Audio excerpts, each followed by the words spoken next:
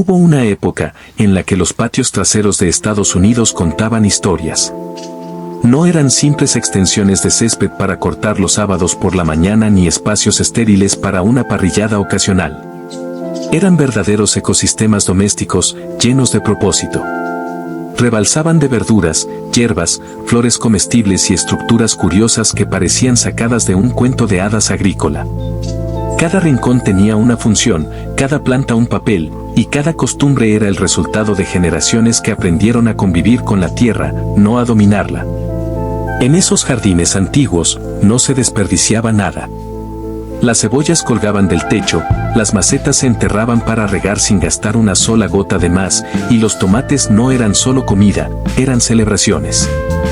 La sombra de un emparrado no solo ofrecía frescura, sino una pausa en medio del día. Y un simple cubo de barro podía significar la diferencia entre una cosecha abundante y una pérdida total. Pero algo pasó. Algo silencioso pero definitivo. Entre la llegada de los supermercados, la cultura del césped perfecto, los pesticidas en aerosol y las comidas congeladas, se desdibujó ese conocimiento silencioso. Se apagaron las tradiciones. Lo que antes era común se volvió raro, y lo que era esencial, se volvió decorativo. Hoy, vamos a escarbar literalmente en esa memoria enterrada. Vamos a descubrir 15 elementos que alguna vez fueron el alma de los jardines estadounidenses y que ahora han sido casi completamente olvidados. Y lo más sorprendente es que cada uno de ellos tenía un propósito claro, una lógica aplastante y una belleza humilde que el progreso, irónicamente, dejó atrás. Antes de que existieran los invernaderos de policarbonato, las aplicaciones para regar desde el celular y las semillas híbridas de catálogo, había ruibarbos, tipis de frijoles, sótanos de raíces y cubos que olían a menta seca. Y quizás, solo quizás, aún estamos a tiempo de traerlos de vuelta. 1. Marcos fríos. En un rincón del jardín, como si se tratara de pequeñas tumbas con tapas de cristal, los marcos fríos cumplían una función vital: extender la temporada de cultivo. Estas estructuras de bajo perfil, hechas con ladrillo o madera y cubiertas con una tapa de vidrio o acrílico, atrapaban el calor del sol y lo retenían durante la noche. No eran invernaderos, pero lo parecían en miniatura. Su belleza radicaba en su sencillez, sin electricidad, sin ventiladores, sin nada más que el sol, el vidrio y la tierra. Dentro de ellos, los cultivos más delicados podían prosperar incluso en los días fríos de primavera u otoño. En tiempos antiguos, cada jardín serio tenía al menos uno. Los marcos fríos no eran un lujo, eran esenciales. Permitían germinar semillas antes de tiempo y endurecer plántulas que después se trasplantaban al exterior. Hoy, muy pocos jardines en Estados Unidos utilizan marcos fríos. Se han reemplazado por bandejas de germinación bajo luces LED y costosos invernaderos de policarbonato. Pero quienes han redescubierto los marcos fríos saben que hay sabiduría en lo simple. 2. El tipi de frijoles del patio. En medio de los jardines antiguos, podía verse un tipi.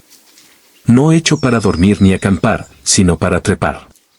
Los frijoles, uno de los cultivos más antiguos del continente, se elevaban por estas estructuras como si buscaran el cielo. El tipi de frijoles no era solo funcional, era poético. 4 o 5 ramas largas, atadas en el extremo superior, formaban una pirámide rústica.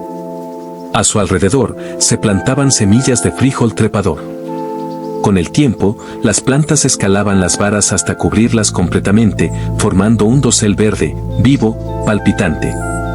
Este método vertical ahorraba espacio, mejoraba la circulación del aire entre las hojas, previniendo enfermedades, y hacía la cosecha mucho más sencilla. Pero también tenía otro efecto, más sutil: creaba sombra. Una pequeña área fresca donde se podían plantar cultivos más delicados o donde simplemente sentarse a la sombra de las legumbres. Hoy, en la era de los jardines decorativos de césped y piedra blanca, el tipi de frijoles ha sido olvidado. Pero su sencillez y eficacia lo convierten en una de esas ideas antiguas que deberíamos traer de vuelta. 3. Jardines de la Victoria. En los años de guerra, cuando los recursos eran escasos, los ciudadanos estadounidenses se convirtieron en agricultores. Se crearon los famosos Victory Gardens o Jardines de la Victoria, no como un pasatiempo, sino como una forma de resistencia. Estos jardines transformaron patios traseros, lotes baldíos e incluso parques públicos en centros de producción de alimentos. Las familias cultivaban zanahorias, papas, calabazas, remolachas y todo lo que pudieran consumir o conservar. Era una hazaña colectiva, un acto patriótico. En su apogeo, los jardines de la Victoria producían casi el 40% de las frutas y vegetales consumidos en el país. Hoy, en una sociedad donde la mayoría compra sus tomates en supermercados importados y sin sabor, los jardines de la Victoria parecen un recuerdo lejano. Pero quizás son más relevantes que nunca.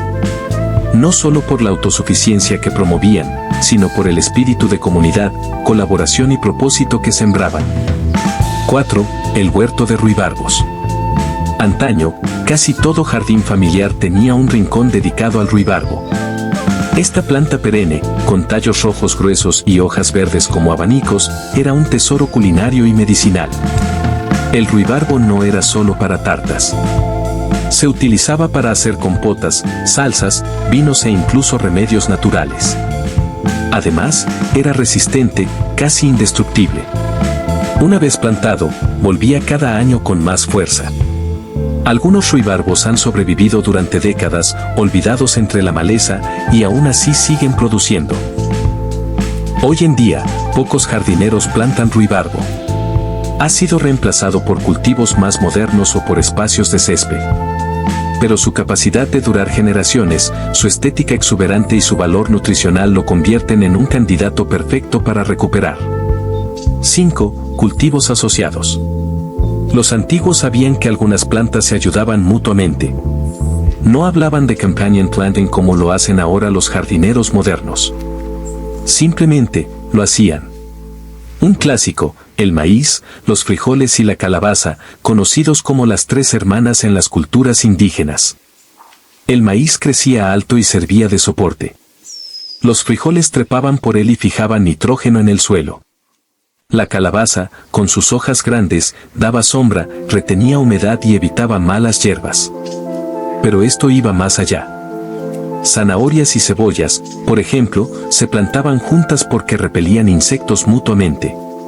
Albahaca con tomates para realzar su sabor y repeler plagas. Hoy, los jardines comerciales están dominados por monocultivos estériles. Pero los cultivos asociados creaban microecosistemas robustos y productivos. Una técnica ancestral que vale la pena desenterrar. 6. Sótanos de raíces. Antes de los refrigeradores, los sótanos de raíces eran la mejor forma de almacenar vegetales. Zanahorias, papas, remolachas, rábanos, cebollas, todos tenían su sitio en estos espacios frescos, oscuros y húmedos. Estos sótanos no eran solo prácticos, eran esenciales. Permitían conservar alimentos durante todo el invierno, cuando la tierra no daba nada. Se excavaban bajo las casas, en colinas o incluso en cuevas naturales. Algunos eran simples fosas con aislamiento de paja, otros, auténticas cámaras subterráneas. Hoy, los sótanos de raíces han desaparecido. Han sido reemplazados por refrigeradores que consumen energía constante. Pero, en un mundo que mira hacia la sostenibilidad, este método de conservación sin electricidad merece una segunda mirada. 7. El emparrado del patio. Antes de que las pérgolas fueran elementos decorativos en patios de lujo, existía el emparrado, una estructura de madera o hierro sobre la que trepaban uvas, calabazas o incluso frijoles. Bajo su sombra, las familias comían, descansaban y se refugiaban del sol del verano. Los frutos colgaban sobre sus cabezas como una promesa comestible. El emparrado era arquitectura viva, proporcionaba sombra, comida y belleza. Hoy, el diseño moderno ha priorizado el concreto y el vidrio. Pero los emparrados nos recuerdan que se puede construir con vida. Que un lugar puede ser útil, bello y comestible al mismo tiempo. 8. El arriate de espárragos. Pocos cultivos antiguos evocan tanto compromiso como los espárragos. Se plantaban sabiendo que no darían frutos el primer año. Ni el segundo. Pero si uno tenía paciencia, el tercer año comenzaban a producir, y lo hacían por 20 o 30 años. Un arriate de espárragos era un legado. Un jardín plantado para el futuro. Y no solo eso. Su presencia indicaba planificación, permanencia, visión a largo plazo. Hoy, en un mundo de gratificación instantánea, pocos están dispuestos a esperar 3 años por un vegetal. Pero los espárragos aún esperan en el olvido, listos para enseñar el valor de la paciencia. 9. La maceta de barro enterrada, riego antiguo. Mucho antes del riego por goteo y las aplicaciones que controlan el agua desde tu celular, existía una técnica ancestral, la olla. Una olla de barro sin esmaltar se enterraba junto a las plantas. Se llenaba de agua y, lentamente, el líquido se filtraba a través del barro hacia las raíces. Sin evaporación, sin desperdicio, sin electricidad. Este método, usado por culturas indígenas y agricultores del Medio Oriente, es uno de los sistemas de riego más eficientes jamás inventados. En tiempos de sequía y escasez hídrica, su resurgimiento podría ser revolucionario. Pero hoy, está prácticamente olvidado. 10. Cubiertas de campana. Estas pequeñas estructuras de vidrio o plástico, que se colocaban sobre plantas individuales, funcionaban como mini invernaderos. Se usaban para proteger del frío, del viento o incluso de los insectos. Las cubiertas de campana permitían cultivar antes de la temporada o mantener plantas frágiles vivas durante los primeros fríos. Con el tiempo, fueron reemplazadas por túneles de plástico industriales o por pesticidas que resuelven los problemas. Pero las cubiertas de campana tenían un encanto práctico. Y además, podían hacerse con botellas recicladas, lo que las hacía sostenibles y accesibles. 11. El cubo de olores. En la cocina del pasado, no todo era limpieza perfumada. Se usaba un cubo con restos de hierbas aromáticas, flores secas, cáscaras cítricas y especias que se colocaba cerca de puertas o ventanas. Este cubo de olores repelía insectos, perfumaba el ambiente y, curiosamente, también ayudaba en el jardín. Muchos vertían su contenido en el compost o alrededor de las plantas sensibles a las plagas. Era un sistema de reciclaje casero, pero también una forma de conectar los aromas de la casa con la tierra del jardín. 12. Las trenzas de cebolla colgando de las vigas. Después de la cosecha, las cebollas no iban a la nevera. Se trenzaban y colgaban del techo. En cocinas, graneros o porches, formaban guirnaldas rústicas de alimento y belleza. Estas trenzas no solo ahorraban espacio, permitían que las cebollas respiraran, se conservaran secas y duraran meses. Además, mostraban con orgullo el fruto del trabajo del jardín. Hoy, la idea de colgar cebollas en el techo puede parecer pintoresca. Pero quizás es hora de volver a ver la cosecha como un arte que se exhibe, no que se esconde. 13. El huerto de fresas que se apoderó de todo. Antiguamente, las fresas no se cultivaban en pequeñas macetas decorativas. Se les daba espacio para correr, extenderse y conquistar. Un patch de fresas podía empezar en una esquina y, en pocos años, tomar gran parte del jardín. Los corredores producían nuevas plantas. El suelo se cubría, la maleza se suprimía naturalmente y, cada primavera, el espectáculo de las flores blancas y los frutos rojos era un deleite. Hoy, las fresas se plantan en torres plásticas, colgadas como adornos. Pero un verdadero huerto de fresas libre, rebelde, invasivo tiene más que ofrecer. 14. Colgador de hierbas con pinzas de tela. Después de la cosecha, las hierbas como menta, romero, tomillo o salvia se colgaban para secar. Pero no solo atadas en racimos. Algunas familias utilizaban tendederos con pinzas de tela, especialmente en las cocinas o porches. Este sistema permitía secar pequeñas cantidades sin que se pudrieran. Y el aire se impregnaba con los aromas. Hoy, secamos en deshidratadores eléctricos. Pero volver a las pinzas de tela es un regreso a lo artesanal, a lo humano, a lo tangible. 15. El desfile de tomates. En agosto, el jardín estallaba en rojo. Tomates de todos los tamaños y formas maduraban al mismo tiempo. Y entonces comenzaba el desfile, en las mesas, en las repisas, en las ventanas. tomates por todas partes. Las familias se reunían para hacer salsa, conservas, secarlos al sol, cocinarlos, regalarlos. Era una fiesta de abundancia y color. Hoy, los tomates saben a agua.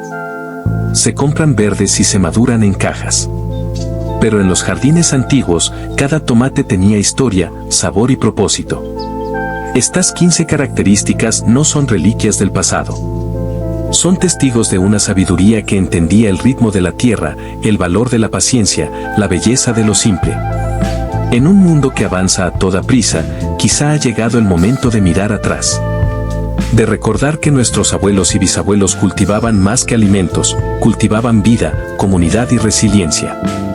¿Qué pasaría si volviéramos a adoptar alguna de estas prácticas?